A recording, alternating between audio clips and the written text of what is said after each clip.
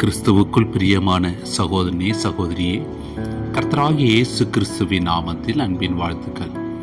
இன்றைய நாளிலும் கூட யோபு 29ஆம் அதிகாரம் 3வது 4வது வசனத்தை குறித்து தியானிக்க போகிறோம். அப்பொழுது அவர் தீபம் என் தலையின் மேல் பிரகாசித்தது, அவர் அருளின வெளிச்சத்தினால் இருளை கடந்து போனேன். தேவனுடைய இரகசிய செயல் என் கூடாரத்தின் மேல் இருந்தது. அன்பான தேவ பிள்ளைகளே, தேவனுடைய இரகசிய செயல் உங்கள் கூடாரத்தின் மேல் இருக்கிறது. ஆகையால் பொல்லாப்பு உங்களுக்கு நேரிடாது, வாதை உங்கள் கூடாரத்தை அணுகாது. உங்கள் கூடாரத்தை ஆசீர்வதிக்கிற கர்த்தராய் தேவன் இருக்கிறார். கூடாரத்திலே 7 விதமான ஆசீர்வாதம் காணப்படுகிறது. கூடாரத்தில் இரட்சிப்பு உண்டு, கூடாரத்தில் செழிப்பு உண்டு, கூடாரத்தில் விசாரிப்பு உண்டு, கூடாரத்தில் பாதுகாப்பு உண்டு, கூடாரத்தில் நியாய தீர்ப்பும் உண்டு, கூடாரத்தில் சீரமைப்பு உண்டு, கூடாரத்திலே தேவனுடைய குடியிருப்பும் உண்டு. அன்பான தேவ பிள்ளைகளே, இப்படிப்பட்ட ஆசீர்வாதங்களால் இரகசிய செயலை நம் வாழ்க்கையிலே செயல்படுத்துகிறார். கர்த்தருடைய இரகசிய செயல் ஒரு குடும்பத்தின் மேல் இருக்கும்போது அந்த குடும்பமானது வாழ்ந்து செழித்திருக்கும். அவருடைய நட்பும் ஆலோசனைகளும் குடும்ப தலைவனோடும் குடும்ப உறுப்பினர்களோடும் காணப்படும் போது அவர்கள் கூடாரம் ஆசீர்வாதமாய் காணப்படும்.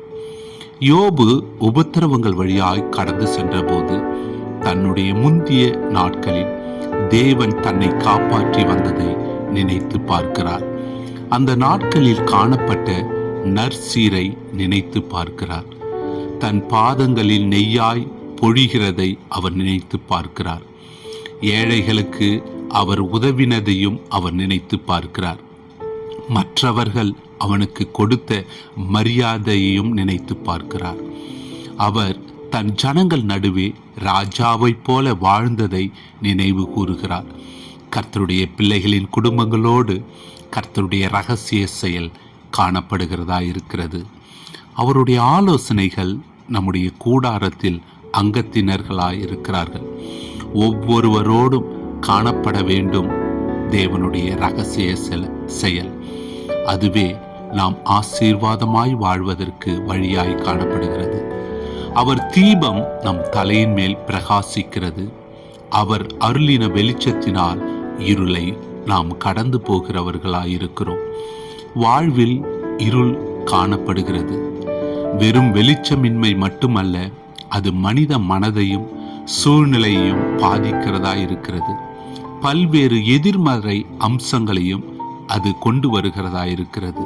முக்கியமாக அறியாமை, குழப்பம், துயரம், இழப்பு, பயம், சந்தேகம், அநீதி, பொய், பின்தங்கிய நிலை, இது நம் வாழ்க்கையில் இருளாய் காணப்படுகிறது.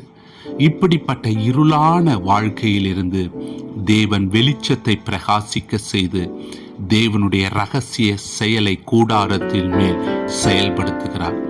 இத்தகைய இருண்ட சூழல்கள் மனிதனை மன உளைச்சலுக்கு ஆளாக்கினாலும் அதிலிருந்து மீண்டு வர நம் வாழ்க்கையில் தேவனுடைய இரகசிய செயல் கூடாரத்தில் மேல் இருக்கிறது. ஆகையால் தேவனுடைய பிள்ளைகளே, உங்கள் வாழ்க்கையில் பொல்லாப்பு நேரிடாது, வாதை உன் கூடாரத்தை அணுகாது.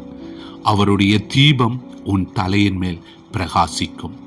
அவர் அருளின வெளிச்சத்தினால் நீங்கள் இருளை கடந்து போவீர்கள். ஆமென். சிந்திப்போம், செயல்படுவோம். கர்த்தர் ஆசீர்வதிப்பாராக.